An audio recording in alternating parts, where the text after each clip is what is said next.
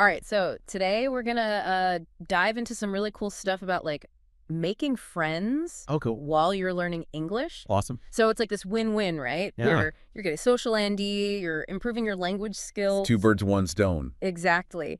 And we're looking at this source called English Conversations for Making New Friends. Oh, that's great. It's packed with like practical tips and tricks. I love it.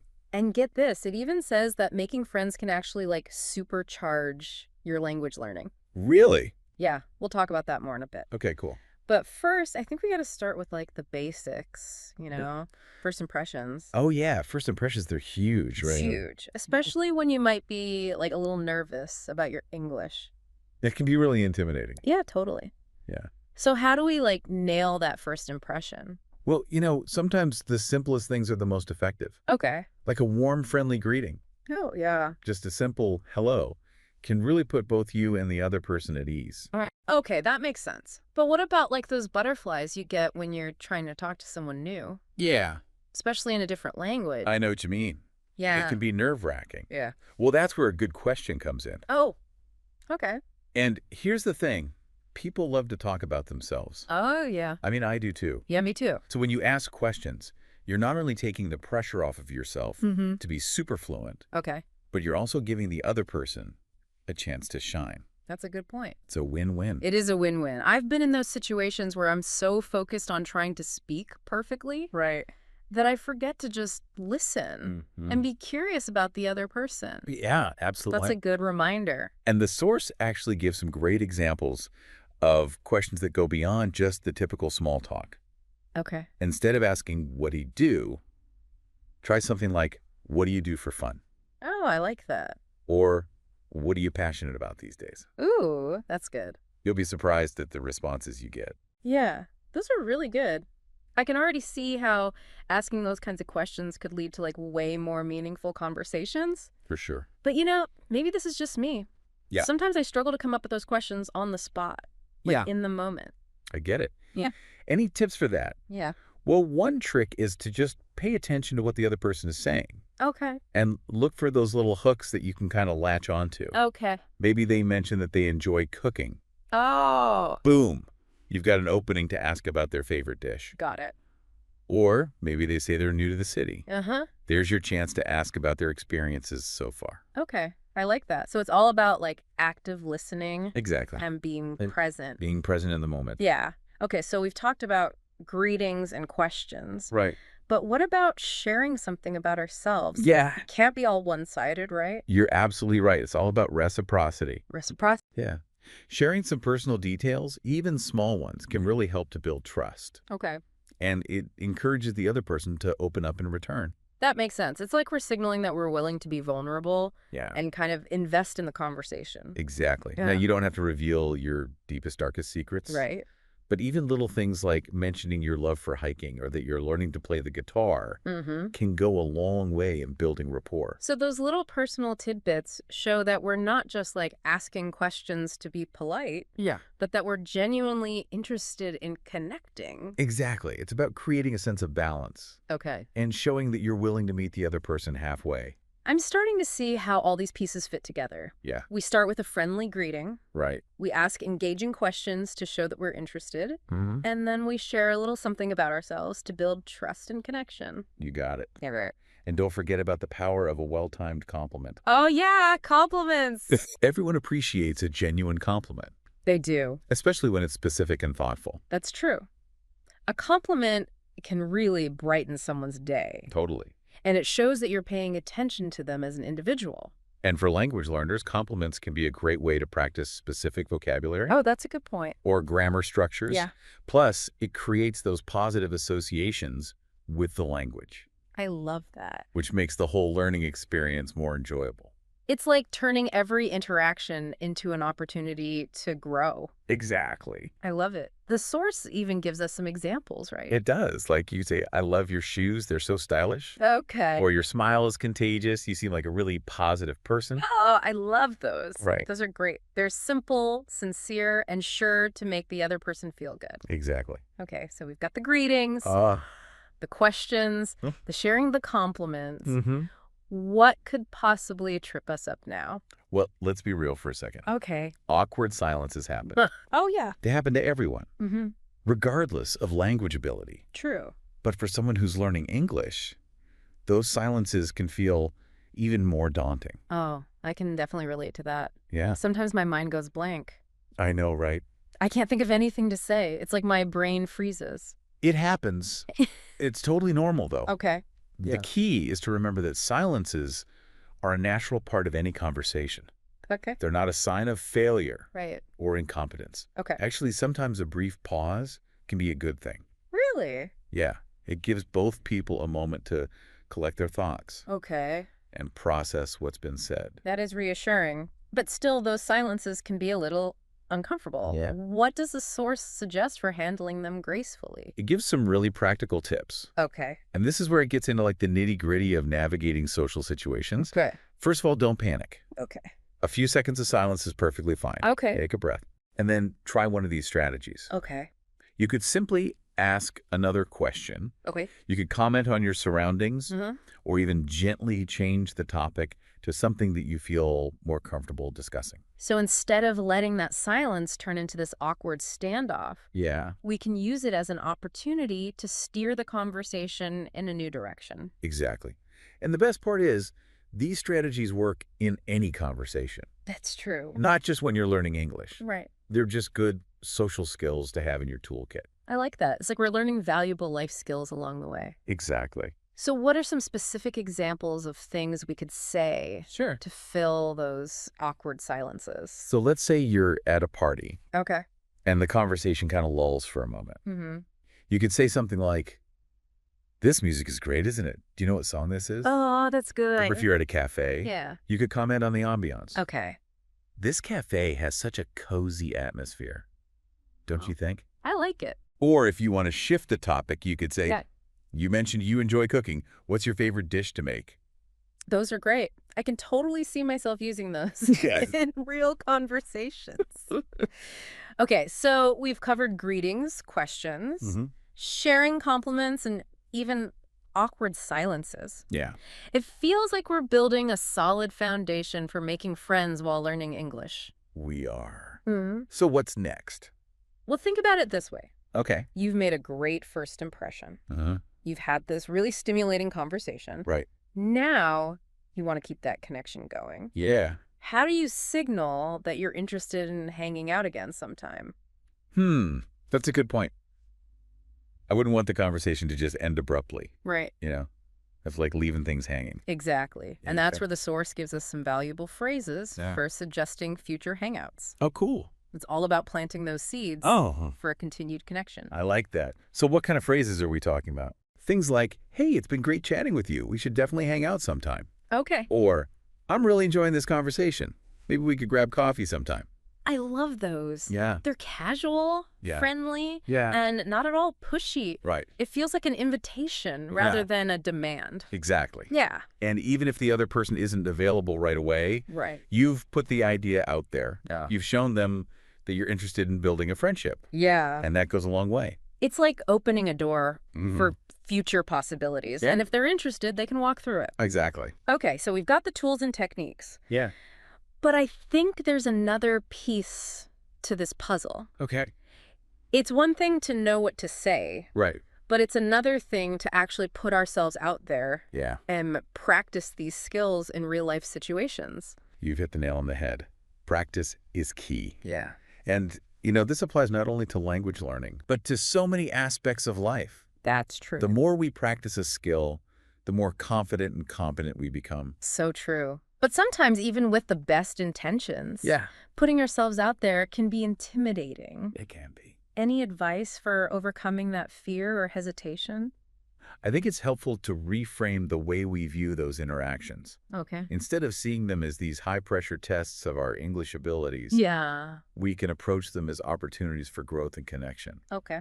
Remember, everyone makes mistakes, Yeah. especially when learning a new language. Yeah, it's true. The important thing is to not let those mistakes paralyze us. I love that perspective shift. Yeah. It's about embracing the journey, Mm-hmm. not striving for perfection. Exactly. And you know what? Most people are incredibly understanding and supportive Okay. when they know that you're learning English. Mm-hmm. In fact, they often admire your courage Ah, and willingness to step outside your comfort zone. that's reassuring to hear. Right. It's easy to get caught up in our own heads Oh, yeah. and assume that everyone is judging us, Right. but that's often far from the truth. And even if someone isn't particularly supportive, Yeah. that's okay too. Right. It's not a reflection on you or your abilities. Okay. Yeah. Not everyone is going to be receptive, True. and that's perfectly fine. Yeah. The key is to not let those experiences discourage you from continuing to practice and connect with others. It's like filtering out the noise Yeah, and focusing on the people who genuinely want to connect with us. exactly. And you know what? What? Those connections, no matter how small or seemingly insignificant, Uh-huh. can have a ripple effect. Okay. You might strike up a conversation with someone at a coffee shop, Yeah. and that conversation could lead to a new friendship, Right. a job opportunity, Oh, wow. or even just a brighter day. Yeah. You never know where those initial connections might lead. That's so true. Right. It's like that saying, you can't connect the dots looking forward, you can only connect them looking backward. Yeah. So we just have to keep putting ourselves out there Yeah, and trust that the dots will connect Hmm. in their own time. absolutely. And here's another powerful point from the source. Okay. Patience and positivity are essential. Mm-hmm. Building friendships, Yeah. like learning a language, Yeah, takes time and effort. that's true. There will be ups and downs, For sure. moments of fluency and moments of frustration. Yeah. But the key is to stay persistent. Okay. Keep practicing Yeah. and celebrate those small victories along the way. I think that's a great reminder for all of us, Yeah. regardless of what we're trying to achieve in life. For sure. You know, Yeah, we live in a culture that often values instant gratification and overnight success. totally. But the reality is that most things worth having take time and dedication to cultivate. You're so right. Yeah. And you know, there's a real beauty in that process Oh, yeah. of growth and development. Yeah. It's about enjoying the journey, Uh-huh. not just focusing on the Yeah. destination. Speaking of enjoying the journey, the source mentioned something I found really interesting. Oh, yeah? It talks about the importance of celebrating progress, Yeah. even the smallest wins. Huh. Can you elaborate on that a bit? Absolutely. So the source suggests keeping a journal Okay. to track your progress. Okay. It can be a simple notebook where you jot down new words or phrases that you've learned, Yeah. or it can be a more detailed record of your conversations and interactions. Okay. The point is to create a tangible record of your growth I see. so that you can look back and see how far you've come. I love that idea. It's Yeah. so easy to get caught up in what we haven't mastered yet Right. that we forget to acknowledge how much we've already accomplished. Yeah, A journal can be such a powerful reminder of our progress exactly. and a source of motivation when we're feeling discouraged. It's like giving ourselves a pat on the back for Yeah. all the effort we're putting in. I like that. And you know what? Those small wins can have a snowball effect. The more we celebrate our progress, the more motivated we become Mm-hmm.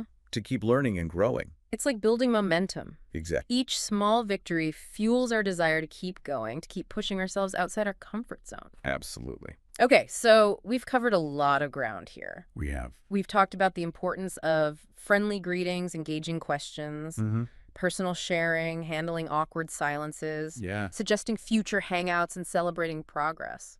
It's a lot. It feels like we have a pretty comprehensive toolkit for making friends while learning English. We do. Yeah. And I think the key takeaway here Yeah. is that it's not just about mastering the language. Okay. It's about building genuine connections Right. with people. Yeah. The language is simply a tool to facilitate those connections. I completely agree. It's about remembering that behind every interaction Mm-hmm. is a human being Yeah. with their own unique stories, experiences, and perspectives. That's beautifully put. And when we approach those interactions with curiosity, empathy, Mm. and a genuine desire to connect, Yeah. the language barriers start to melt away. Now, before we wrap up this part of our deep dive, I want to pose a question to you, our listener. All right. We've explored all these external strategies for making friends, Right? but what about the internal stuff? Oh. What kind of mindset Mm-hmm. do you think is essential for success in this endeavor? That's a great question. Take a moment to reflect on that, Yeah. and we'll delve into it in the next part of our deep dive. Okay. Sounds good. Welcome back. So we were talking about the mindset, right? Yeah. Like, does having the right attitude Mm. actually help us connect with people? Exactly. Because Yeah. we can have all these conversational skills, Right. but if we're like always doubting ourselves Yeah. or expecting to be fluent right away, Yeah, it's going to be tough to actually enjoy the process. for sure. It's like learning anything new, right? Uh-huh. A musical instrument, Mm. a new sport. If you're too hard on yourself or you're impatient, It's not fun. it's not fun. Yeah. And you're probably not going to stick with it. And I feel like with language learning, that self-doubt can be even worse Oh, absolutely. because you're literally putting your ability to communicate out there. It's vulnerable. Yeah, it's super vulnerable. That's why I think that celebrating those small wins Yeah. is so important. Oh, yeah. Like the source talks about. Mhm. It's about training your brain to focus on the good stuff. Right. Like a new word you learned, Right. a conversation that went well, a Uh-huh. moment where you really connected with someone, Yeah. instead of getting hung up on the mistakes. Because those are going to happen. They are. It's like we're building a positive feedback loop. That's a great way to put it. Each little victory boosts our confidence. Right. Which makes us want to practice more, Yeah. which leads to more wins. It keeps the ball rolling. Exactly. And there's actually research on this Oh, yeah? about positive reinforcement. That's cool. It turns out that focusing on what we're doing well, Uh-huh. no matter how small it is, Yeah. it's way more effective than focusing on our mistakes. It makes sense when you think about it. Yeah. When someone praises our efforts, Yeah. it feels good. Totally. It makes us want to keep going. But when we're always criticizing ourselves, Yeah. it just drains our energy. It is exhausting. Totally. And it's not just about us either. What do you mean? When we're positive and encouraging, Yeah. it creates a more welcoming space Right. for the other person too. People are drawn to that kind of energy. Yeah, it's like we're setting the tone Exactly. for the whole interaction. If we're negative or insecure, It's going to show. it's going to affect how we communicate. And how the other person responds. Absolutely. Oh, So even though the source doesn't explicitly talk about mindset, okay. I think it's woven throughout the whole thing. Interesting. It's about approaching language learning Yeah. and social connection with an open mind, Okay. being curious, and willing to embrace imperfection. It's not about being perfect. Right. It's about being ourselves. Showing up authentically. Exactly. With all our quirks and imperfections. That's what makes us unique. And just being open to connecting with people in a genuine way.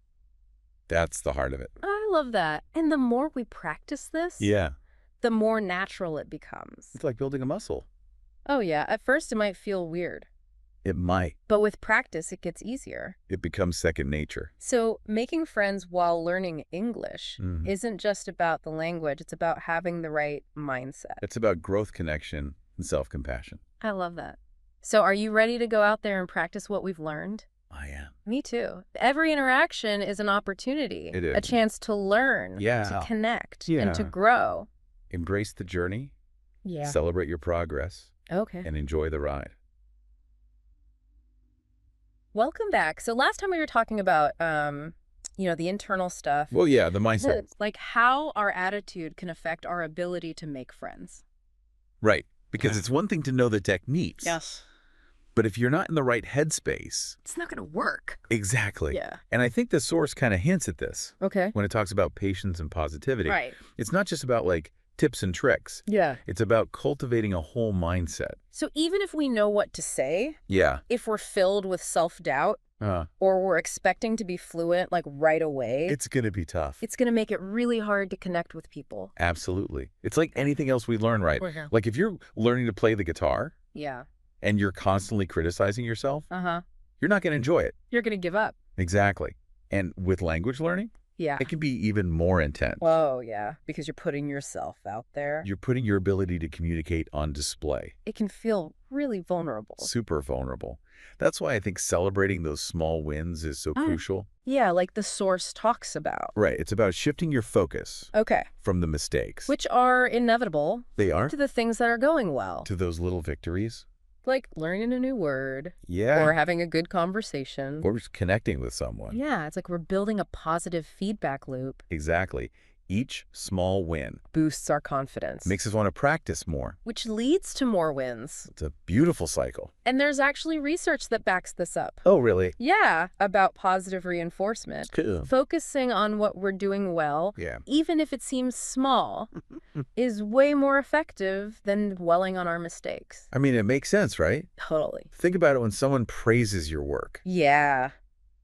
It feels good. Uh-huh. It makes you want to keep going. Yeah, but if someone's always criticizing you, It's demotivating. totally. And you know what? It's not just about us. What do you mean? When we approach interactions with a positive attitude, it creates a more welcoming environment for the other person, too. Oh, yeah. People can sense that. Yeah, they can feel it. It's like you're setting the tone for the Yeah. whole interaction. Exactly. Yeah. If we're coming from a place of negativity, Uh-huh. it's going to affect everything. It's going to show in our body language, In our words, in our tone of voice. it's going to impact how the other person responds to us. For sure. So even though the source doesn't explicitly say mindset, Okay. I think it's kind of the foundation for everything else. It's like the underlying message. Yeah, it's about approaching language learning and social connection Mm-hmm. with openness, curiosity, Okay. and a willingness to not be perfect. It's not about being perfect. It's about being authentic, Being ourselves showing up as we are. with all our quirks and imperfections. Exactly. And being open to connecting with other imperfect humans. That's what makes it real. I love that. Yeah. And the more you practice this mindset, Yeah. the easier it gets. It becomes a habit. It's like building a muscle. At first, it might feel awkward or uncomfortable, Sure. but with time. It becomes second nature. So making friends while learning English Mhm. isn't just about the language. It's about so much more. It's about growth, Connection self-compassion. and embracing the journey. I love that. Well, I don't know about you, but I'm feeling pretty inspired to go out and practice all this. Thank you. Every interaction is an opportunity To learn, to connect. to grow, So go out there, embrace the journey, celebrate your progress. and enjoy the ride.